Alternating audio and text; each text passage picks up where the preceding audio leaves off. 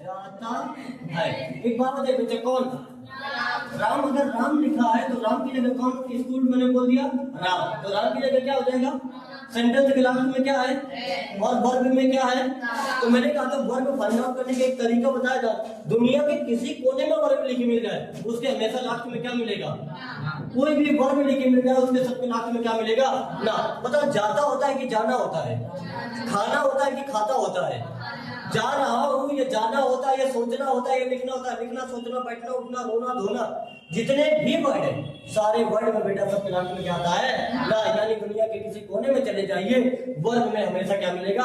ना। अब बच ये न करना कि नाना के पास जाओ और कहते नाना तुम आऊंगा भाव चलाओ, नाना है उठाए लाठी दबड़ा दे तुमको, कहते नहीं हम वर्ड में थोड़ी है। मतलब एक्शन होना चाहिए, ये तो फिजिकल हो बच्चा, ये तो मेंटल, ये तो फिजिकल, ये तो मेंटल। दो प्रकार का एक्शन होना चाहिए, फिजिकल हो या मेंटल हो।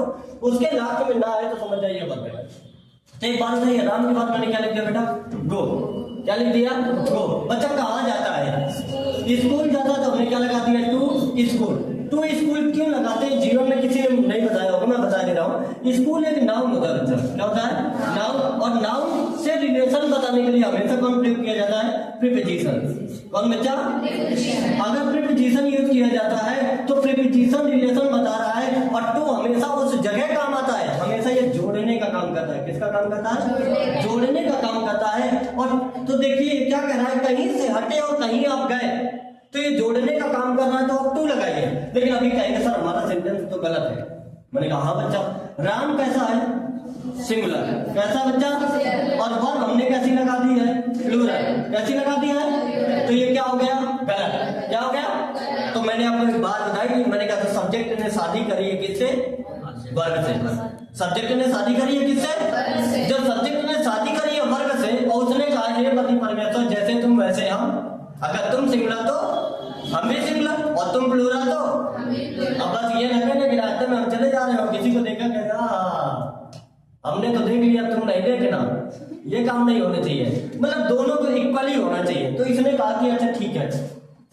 मैंने आपको एक बात बताई थी, शायद याद हो, मैंने कहा था जीवन में वचन केवल दो सही होते हैं। वचन 7 होते हैं कि मैं मरते जन्म तक तुम्हारा साथ निभाऊंगा, 7 जन्मों तक तुम्हारे साथ रहूंगा, ये सब कहने की बातें। वचन जीवन में बच्चा कई होते हैं, लेकिन वचन शब्द एक ही होता है। वो भी कौन सा? जो नोट में लिखा होता है, और वो क्या कहते हैं, मैं धारक को 50 रुपए देने का वचन देता हूँ, वही केवल वचन शब्द है।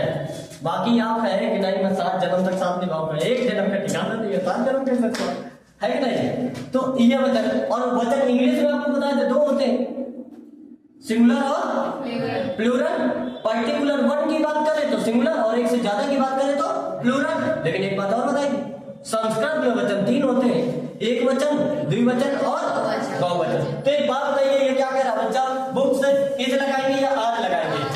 आर। ये वाला मैंने आपको बता दिया कि गोल क्यों होता है, क्योंकि राम सिंगुलर है तो वर्ग सिंगुलर चाहिए। इन दोनों के बीच में लड़ाई होगी, लड़ाई होगी तो झगड़ा होगा, झगड़ा होगा तो बात तलाक तक आएगी। इसने क्या कह दिया, राम ने क्या कहा कि अगर तुम अपने आप को वर्ग यानी वर्ग अगर तुम अपने आप को सिंगुलर नहीं बनाओगे तो मैं क्या कर दूंगा? तलाक दे दूंगा।